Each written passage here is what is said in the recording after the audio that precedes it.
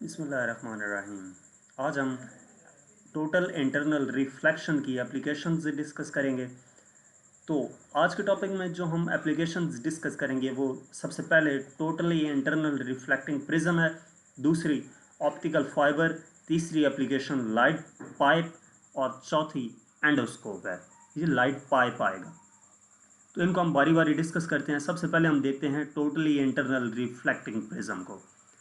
Many optical instruments use right-angled prisms to reflect a beam of light through 90 or 180 by total internal reflection, such as cameras, binoculars, periscope and telescope.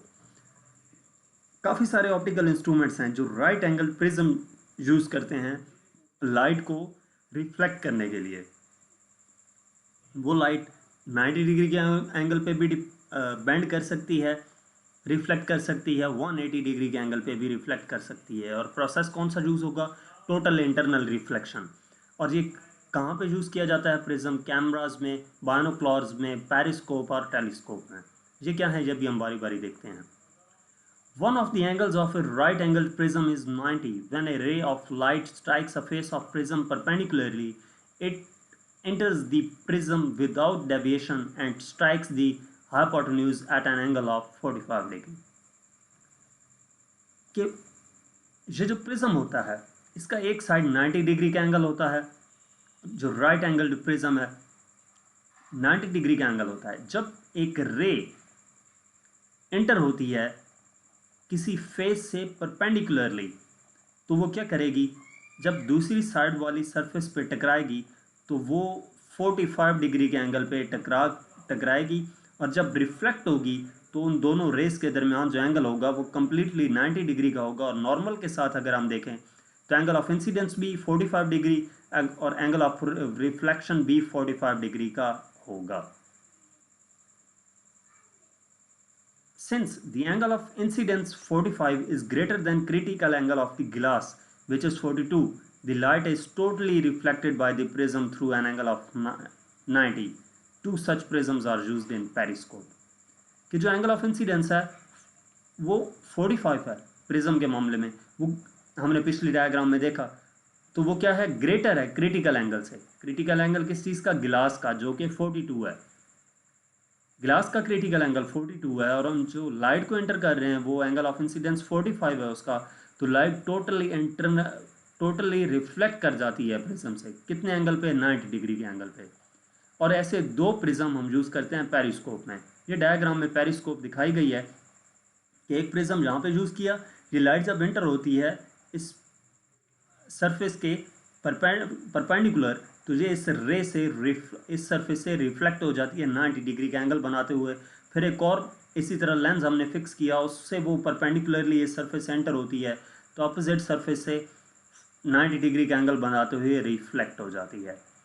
ये जो periscope है ये आप अगर practical example इसकी बताऊं तो सब मैरीन में यूज़ की जाती है कि अंडर वाटर रह कर भी पानी की सरफेस पे क्या कुछ है वो देख सकते हैं। इसी तरह the light is totally reflected by the prism by an angle of 180. Two such prisms are used in binoculars. जो लाइट होती है वो रिफ्लेक्ट करती है कितने एंगल पे? प्रिज्म से 180 डिग्री के एंगल पे भी रिफ्लेक्ट कर सकती है। डिपेंड करता है कि हम किस पोजीशन से रे एंटर कर रहे हैं। तो ऐसे दो प्रिज्म बायनोक्लर्स में यूज़ किए जाते हैं, दूरबीन में यूज़ किए जाते हैं। आप यहाँ पे देख सकते हैं कि ये रे जब एंटर हुई इस प्रिज्म में, ये हमारे पास प्रिज्म मौजूद है, रे एंटर हुई, इस सरफेस से रिफ्लेक्ट हुई तो 90 डिग्री का एंगल बना दिया, और इस सरफेस से रिफ्लेक्ट हुई तो 90 का एंगल बन गया। यानी कि इस रे ने टोटल 180 डिग्री एंगल बनाया है। और इसी तरह यही रे जब इस प्रिज्म में एंटर होती है तो फिर 180 डिग्री का एंगल बना के रिफ्लेक्ट हो जाती है। तो वो ऑब्जेक्ट जो यहाँ पर मौजूद होता है उसका इमेज हमें यहाँ पे नज़र आता है, हम यहाँ से देख सकते हैं। अब ऑप्टिकल फाइबर में कैसे प्रिज्म यूज़ किया जाता है, या टोटल इंटरनल रिफ्लेक्शन, प्रिज्म नहीं, टोटल इंटरनल रिफ्लेक्शन का जो मेथड है वो ऑप्टिकल फाइबर में कैसे यूज़ होता है वो देखते हैं। Total internal reflection is used in fibre optics which has number of advantages in telecommunication field. Total internal reflection use की जाती है फाइबर ऑप्टिक्स में, जिसका काफ़ी ज़्यादा एडवांटेज है टेलीकम्युनिकेशन फील्ड में। Fiber optics consist of hair-sized threads of glass or plastic through which light can be traveled. Fiber optics किस चीज़ पे डिपेंड कर रहा होता है? हेयर साइज थ्रेड पे। बाल के जितना बारीक ग्लास या प्लास्टिक की ट्यूब होती है जिसमें लाइट ट्रेवल कर सकती है। The inner part of the fiber optics is called core that carries the light and an outer concentric shell is called cladding. जो इनर पार्ट होता है इस ऑप्टिकल फाइबर का उसको हम क्या कहते हैं? कोर का नाम देते हैं। और इसी के साथ जो आउटर सरफेस होती है उसको हम क्या नाम देते हैं? क्लैडिंग का नाम देते हैं। और इसके दरमियान क्या करती है? ये रे टोटल इंटरनल रिफ्लेक्शन का प्रोसेस परफॉर्म करती है। The core is made of glass or plastic of relatively high index of refraction. The cladding is made of glass or plastic but of relatively low refractive index.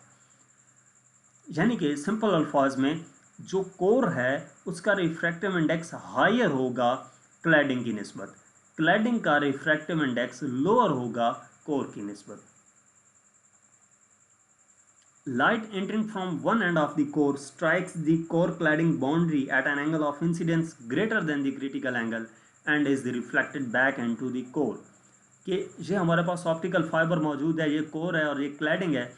जब रे light जो है वो क्या करती है? एंटर होती है, एंगल ऑफ इंसिडेंस क्या हो?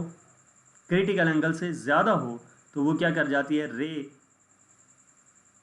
रिफ्लेक्ट कर जाएगी बैक उसी मीडियम में। तो ये रे जो जहाँ से एंटर हुई थी इसी तरह रिफ्लेक्ट करती हुई एक पॉइंट से हम एंटर करते हैं, पाइप के एक साइड से एंटर करते हैं तो दूसरी साइड से निकलती है। तो ये इस तरह सिग्नल्स ट्रांसफ़र किए जाते हैं। In this way light travels many kilometres with small loss of energy. तो इस तरीके से जो लाइट होती है वो ट्रैवल करती है स्मॉल लॉस ऑफ एनर्जी के साथ, काफ़ी ज़्यादा दूर तक, काफ़ी किलोमीटर्स तक वो ट्रैवल करती है और एनर्जी में लॉस काफ़ी कम होता है, यानी कि सिग्नल्स ड्रॉप नहीं होते। In Pakistan optical fiber is being used in telephone and advanced telecommunication systems. Now we can listen thousands of phone calls without any disturbance. Pakistan में जो ऑप्टिकल फाइबर है वो यूज़ की जाती है टेलीफोन में और एडवांस टेलीकम्युनिकेशन सिस्टम्स में, जिसकी वजह से जो थाउजेंड्स ऑफ फ़ोन कॉल्स हैं वो हम बिना किसी डिस्टर्बेंस के सुन सकते हैं। अब उसके बाद हम लाइट पाइप देखते हैं। Light pipe is a bundle of thousands of fibre optical fibres bounded together. Light pipe क्या है? उसमें optical fibres thousand number of optical fibres मौजूद होती हैं लाइट पाइप में। अब ये डायग्राम में देख सकते हैं कि जहाँ पर नंबर काफ़ी ज़्यादा ऑप्टिकल फाइबर्स एक ही पाइप के अंदर फिक्स हैं और वो क्या करती हैं? लाइट ट्रैवल करती है उनके थ्रू, तो दूसरी साइड पे हमें इमेज नज़र आता है और ये एक सिंगल ऑप्टिकल फाइबर दिखाई गई है। उसी तरह कोर और क्लैडिंग और जो लाइट है वो टोटल इंटरनल रिफ्लेक्शन के प्रोसेस के थ्रू एक पॉइंट से दूसरे पॉइंट तक मूव करती है। They are use to eliminate the inaccessible places by the doctors or engineers. ये जो लाइट पाइप है ये किस लिए यूज़ की जाती है? वो प्लेसेस जहाँ पे इंसान नहीं पहुँच सकता उन प्लेसेस का इमेज हासिल करने के लिए डॉक्टर्स या इंजीनियर्स इनको यूज़ करते हैं। For example doctors view inside the human body, they can also be use to transmit images from one place to another. जैसे कि डॉक्टर्स लाइट पाइप को यूज़ करते हैं ह्यूमन बॉडी के इंटरनल ऑर्गन्स को देखने के लिए और इसी तरह उसका इमेज भी हासिल कर सकते हैं। इसके बाद एंडोस्कोप है। An endoscope is medical instruments used for exploratory diagnostics and surgical purposes. Endoscope एक मेडिकल इंस्ट्रूमेंट्स है जिसको क्या करते हैं? कोई भी इंटरनल ऑर्गन को एक्सप्लोर करने के लिए, उसको डायग्नोस करने के लिए या सर्जिकल पर्पस के लिए इसको एंडोस्कोप को यूज़ किया जाता है। An endoscope is use to explore the interior organs of the body. Body के जो इंटीरियर ऑर्गन्स होते हैं, जो बॉडी के अंदर ऑर्गन्स हैं, उनको देखने के लिए क्या किया जाता है? एंडोस्कोप यूज़ की जाती है। आप ये डायग्राम में देख सकते हैं। Due to its small size it can be inserted through the mouth and thus eliminates the invasive surgery. कि इसका साइज़ बहुत स्मॉल होता है, तो इसको माउथ के ज़रिए से इंसान की बॉडी में इंसर्ट कर दिया जाता है। तो जिस भी हिस्से का हमने इमेज हासिल करना हो, उसको हम मॉनिटर की स्क्रीन पर इमेज भी देख सकते हैं और चाहे तो वीडियो भी बना सकते हैं इसकी। तो ये डॉक्टर्स यूज़ करते हैं endoscope. The endoscopes used to examine the stomach, bladder, and throat are called gastroscope, cytoscope, and bronchoscope respectively. And अब एंडोस्कोप काम कैसे करती है? An endoscope uses two fiber optic tubes through a pipe. Endoscope दो fibre optics use कर रही होती है. A medical procedure using any type of endoscopy is called endoscopy. कि मेडिकल प्रोसीजर जो कोई भी एंडोस्कोप का प्रोसेस फॉलो कर रही है, उसको हम क्या नाम देते हैं? एंडोस्कोपी का नाम देते हैं. The light shines on the organs of the patient to be examined by entering through one of the fiber tubes of the endoscope. Endoscope का जो एक पाइप है, उसको क्या करते हैं? इंसान के मुंह में से इंसर्ट कर देते हैं और हमने जिस भी हिस्से का इमेज हासिल करना हो, वो हम स्क्रीन पे देख सकते हैं. Then light is transmitted back to the physician's viewing lens through the other fiber optic tube by total internal reflection. तो वो जो फिजिशियंस है, डॉक्टर है, वो देख सकता है उस जगह का इमेज कैसे नज़र आएगा? टोटल इंटरनल रिफ्लेक्शन के प्रोसेस के थ्रू नज़र आता है. और आप ये हैरान हो रहे होंगे कि मुंह के ज़रिए से कैसे इंसर्ट हो जाती है.